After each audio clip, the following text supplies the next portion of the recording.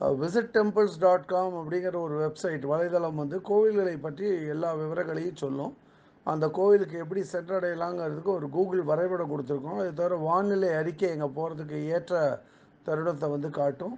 அது தவிர ஒரு வீடியோ லிங்க்கும் இருக்குது. அந்த வீடியோ லிங்க் மூலமாக அந்த கோயிலை பற்றி நிறைய தெரிஞ்சுக்கலாம்.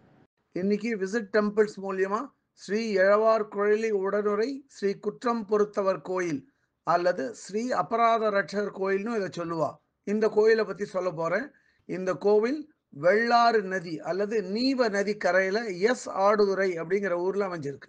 இந்த ஊருக்கு பல பேர் உண்டு. அதில் ஒரு சில பேரை சொல்கிறேன். திருக்குறங்காடுதுறைன்னு சொல்லுவா, ஸ்வேத ஆடுதுறைன்னு சொல்லுவா, சுக்ரீவ ஆடுதுறைன்னு சொல்லுவா, சூ ஆடுதுறைன்னு அழைக்கிறான். ராமாயண காலத்தில் சுக்ரீவ மகாராஜா தன்னோட வானர சேனைகளை இந்த ஊர் வழியாக வழி நடத்தி போனதா சொல்கிறா. அப்போ இங்கே சிவனை வழிபட்டிருக்கா. அதனால தான் இந்த ஊருக்கு சுக்ரீவ ஆடுதுறை அல்லது சூ ஆடுதுறைன்னு அழைக்கிறா. இந்த அபராத ரட்சகர் கோயில் மிகப்பெரிய கோயில். இது 7 அடுக்கு கிழக்கு நோக்கிய ராஜகோபுரம் கொண்டது. பிற சிவன் கோயில்களை மாதிரி இங்கேயும் துவஜஸ்தம்பம் பலிபீடம் இருக்கு. அதுக்கு இடது பக்கத்தில் பார்த்தா ஒரு 4 தூண்கள் கொண்ட ஊஞ்சல் மண்டபமும், வலது பக்கத்தில் பல தூண்களை கொண்ட அலங்கார மண்டபமும் இருக்கு. அப்படியே மூலஸ்தானத்தை நோக்கி போகும்போது வலது பக்கத்தில் அம்பாளோட சன்னதி இருக்கு. அம்பாள் பேரு எழவார் குழலி இல்லை சுகந்த குந்தலாம்பிகைன்னு பேரு. அம்பாள் தெற்கு நோக்கி நின்ற கோலத்தில் காட்சியளிக்கிறா. அம்பாள் சன்னதி வாசல்ல 2 துவாரபாலிகைகள் விக்கிரகம் இருக்கு. அம்பாள் சன்னதியை நோக்கி ஒரு நந்தி வாகனமும் ஒரு பலிபீடமும் இருக்கு. மூலஸ்தானம் போற வழியிலேயே இடது பக்கத்துல கணபதிக்கு ஒரு விக்கிரகமும் வலது பக்கத்துல தண்டபாணிக்கு ஒரு விக்கிரகமும் இருக்கு. அங்கேயே ராமலிங்க வள்ளலாரோட ஒரு படமும் வச்சு வழிபடுறான். மூலஸ்தானத்துக்கு வெளிப்பக்கத்துல தங்க தகடுகள் பதிச்சு ரொம்ப கண்கவரும் விதமா அமைச்சிருக்கா.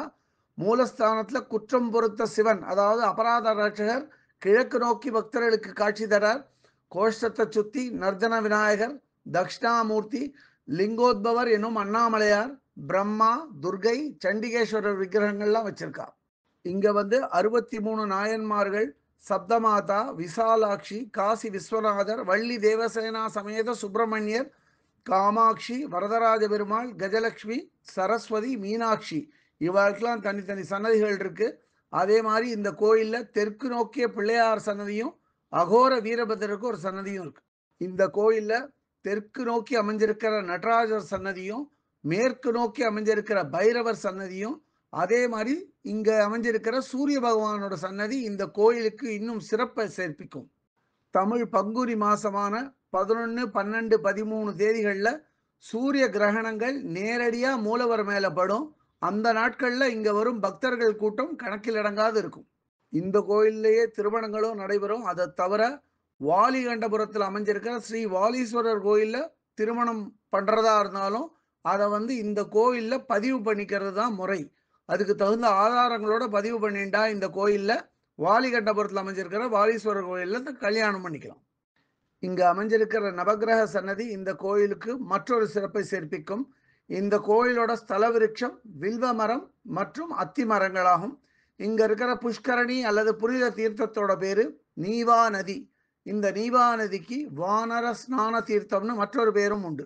தேசிய நெடுஞ்சாலையிலிருந்து சற்று விலகி உட்புறமாக இருந்தாலும் சமீப நாட்களாக இந்த கோயிலுக்கு ஒரு பக்தர்கள் கூட்டம் கொஞ்சம் ஜாஸ்தியாகிட்டே தான் வருது. இதற்கு இன்னொரு காரணமும் சொல்றான். அதாவது மாசி மகத்துல பக்தர்கள் இங்க வந்து புனித நீராடி தங்களுடைய மூதாதையர்களுக்கு திதி கொடுக்கறது இங்க பிரபலம் ஆயிண்டே வருது. இந்த கோயிலுக்கு வர விரும்பும் பக்தர்கள் கார்த்திக் அர்ச்சகரை அவரோட 9774853225 தொடர்பு கொள்ளலாம்.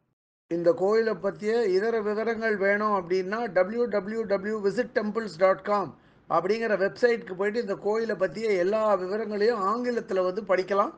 இல்லை பிற பாஷைகளில் வேணும்னா அதிலேயே மொழிபெயர்க்கிற வசதியும் இருக்குது. அப்படியே மொழிபெயர்த்து அவாவா பாஷைக்கு தகுந்த மாதிரி படிச்சுக்கலாம் அதை. இதுவரை இந்த காணொலியை கண்டும் கேட்டும் மகிழ்ந்த பக்தர்களுக்கு visit temples.com சார்பாக ராகவாச்சாரியின் நன்றிகள்.